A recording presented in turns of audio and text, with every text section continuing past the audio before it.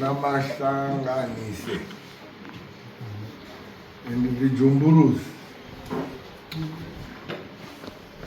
Chief Msika one phoned me.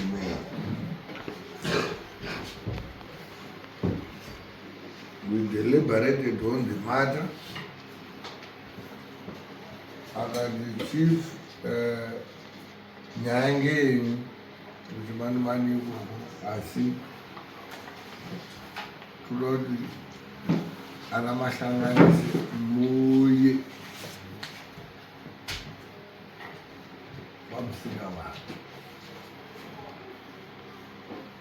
Kuda izwana njubu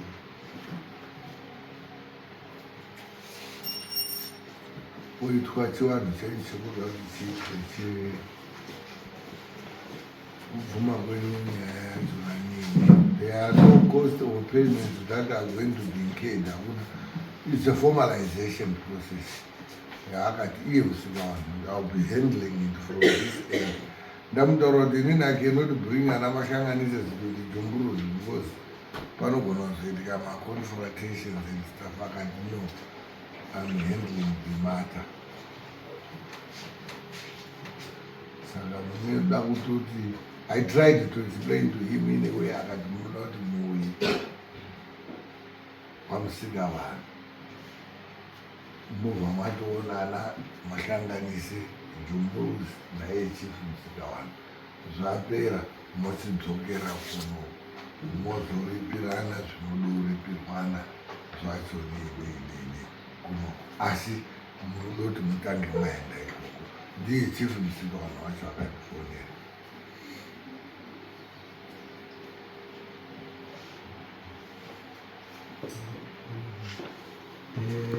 Pakaite kutransfer nyaya yekubvisa unywere kuende pamusikana kana kuti chimwezopaswa vana jumburu vari pamusika vanhu, vana jumburu vari pamusika vanhu. Imimi vanhu vemakaparira mhosva vari pamusika vanhu. Saka muri kuda kuti muve for formalization kunana jumburu through chief musika vanhu. Zviro zvemunyika mwake vana jumburu ngevamusika vanhu. Munouya kunyaya dzenyu hakuna chemuri kunobhadhara, kuri kungoenda koformalizwa kuti vana mahlanganisi maapano naana jumburu vari pano, nyaya yedu yakamira kudai kudai kudai kudai. Vopedza mobva mazodzoka kuno, ana jumburu acho ozouya kuno. I will take over. Mozoita zvekuti tichizwa kuti uyu mukomana uri kudei neine zvoitwa. Uko hakuna zviri kuitwawo, uko muri kungoenda kuti formalize chete. And the security yenyu is there. I spoke to him personally, musika vanhu wacho. He informed me. Ndikatotaura naye ndikati taityira for security reasons nekuti avakauya the issue is sensitive. Zvikazwi vari kuuya kwandiri iye musika vanhu odaidza ana jumburu, mobva mwatoonana ipapo modiscasa, asi nyaya yenyu iri kuuya kuitirwa kuno, mucharipira kuno zvese zvaitwa kuno. That's what he said in his personal capacity. So for the sake of progress, ana jumburu havagoni kuuya kuno musina kuenda kwa vachabva vana jumburu vachauya kuno kuti tizopedza nhangu. matanga kusangana navo musika vanhu vati imwe munoda kuchiuya kwaari, hamendi kuna ana jumburu ba, muri kuenda kwamusika vanhu. Iye nyaya yacho utori nayo, obva atosamona ana jumburu. Ana jumburu obva auya mwavati musika vanhu jumburu vahlanganisi ndovamadiscasi zvobva zvapera. Mozosununga ana jumburu naana mahlanganisi modzoka kuno totangira petiri. Iculture yavo hamutauri zvemunodaba.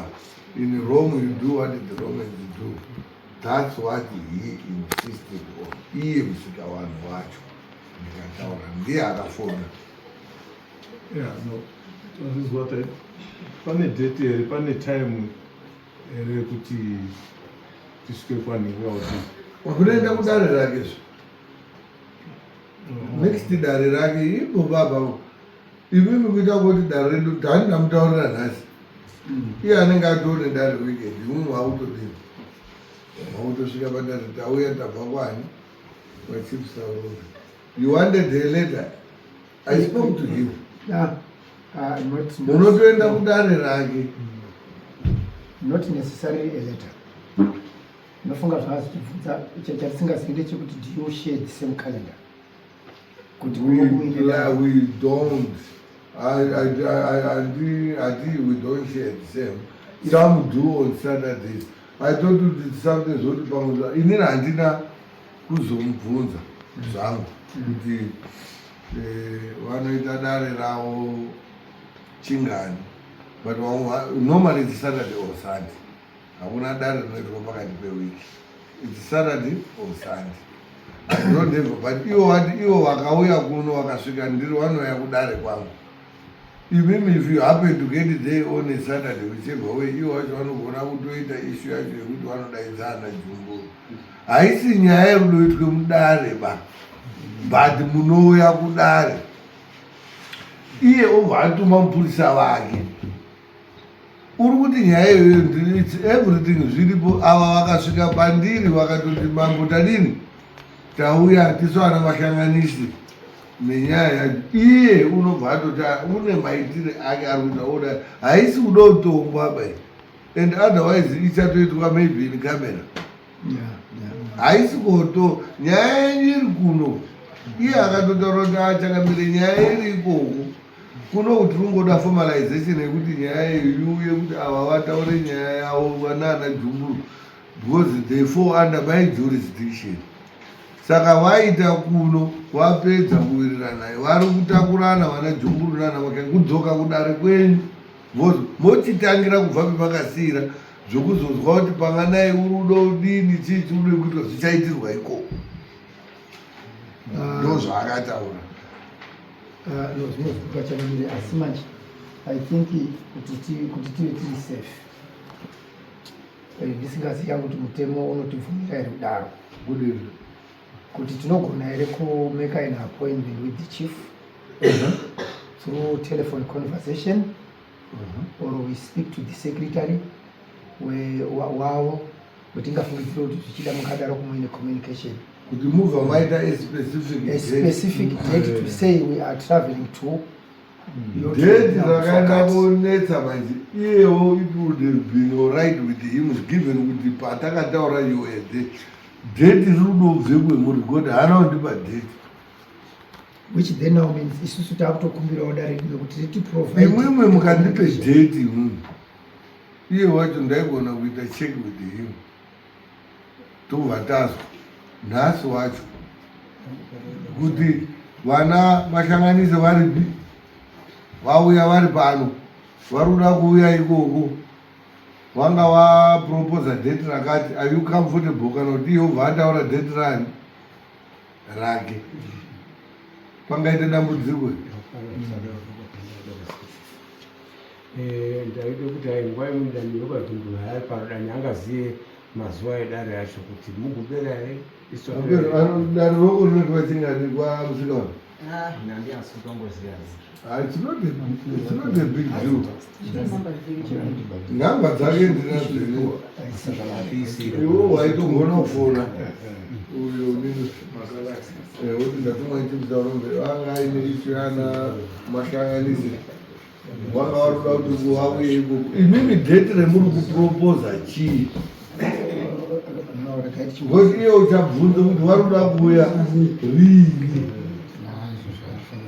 toda zvinetsi nhamba dzake ndakatodzisevha unadzo. Saka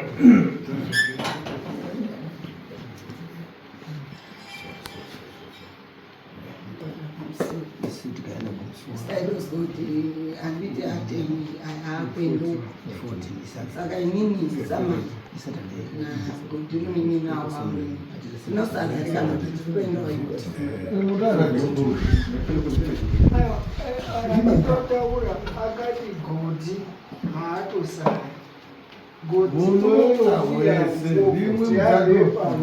ndimwe muchatobatsira ikoko mafambire edzimwe information yaanotoda munotoda kuti munhu uri mochizodzoka kuno nyaya iri uko hakuna uri kotongwa pa hazvishamisi kuti pamwe munotoita agiriwo nemidweek date haisi kuenda kudareba bcause hakuna chirudo utongwa otherwise zviruda kungoenda kuitwa inyaya yekungoti badzi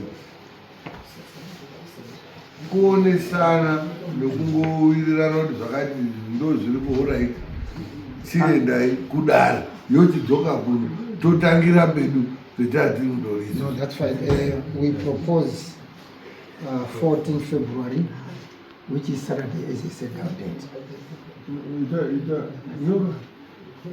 14 February. watobatana nawo kuti ndiri mupurisa wachikusarombe ndatuma ndichikusarombe kuti vana mashanganiso vetakataura nezvavo vaya vanga vaproposa 14 February Saturday vouya here zuva iroro kana kuti mune rimwe zuva riri comfortable tobva tatopuwa zuva ndo ritobva tatokupai motosumuka pano mwana nezuva. Tinotenda. Thank you very much.